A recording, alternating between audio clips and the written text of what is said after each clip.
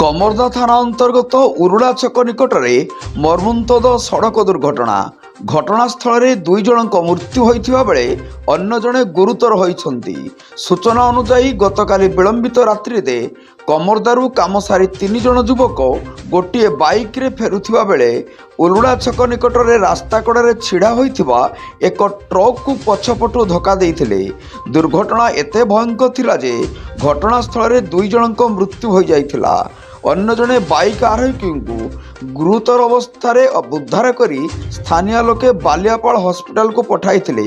ମାତ୍ର ଅବସ୍ଥା ସଙ୍କଟାପନ୍ନ ହେବାରୁ ତାଙ୍କୁ କଟକ ହସ୍ପିଟାଲକୁ ସ୍ଥାନାନ୍ତରିତ କରାଯାଇଛି। ସମସ୍ତ ମୃତାହତ ବସ୍ତା ଥାନା ଅନ୍ତର୍ଗତ ବିଭିନ୍ନ ଅଞ୍ଚଳର ବୋଲି ଜଣାପଡ଼ିଛି। ଖବର ପାଇ କମର୍ଦା ଥାନା ପୋଲିସ ଘଟଣାସ୍ଥଳରେ ପହଞ୍ଚି ତଦନ୍ତ କରୁଛି। ତେବେ ଘନ କୁହୁଡ଼ି ଥିବାରୁ ଦୁର୍ଘଟଣା ଘଟିଥିବା ବୋଲି ଅନୁମାନ କରାଯାଉଛି। ବସ୍ତାରୁ ଶିରିଶ ଚନ୍ଦ୍ର ମହାନ୍ତିଙ୍କ ରିପୋର୍ଟ, ଜନତା ଏକ୍ସପ୍ରେସ। ଆମର ଆକାଶ ବକ୍ତା ବୋଲି ପିଲା ବସ୍ତା ସେକ୍ସନରେ କାମ କରେ ମିଟର ଆମ 10 ବର୍ଷ ହେଲା କାମ କଲାନି।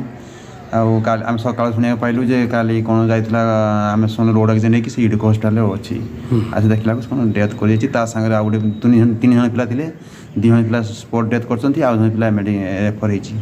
ଆଉ ଜଣେ ପିଲା ବୃନ୍ଦାବନପୁର ପିଲାପିଲି ଜଣକୁ ପାଉଛି, ସେ ତା ଏରିଆ ପିଲା। ଏମାନେ କେଉଁଠିକି ଯାଇଥିଲେ ଜାଣିଛନ୍ତି?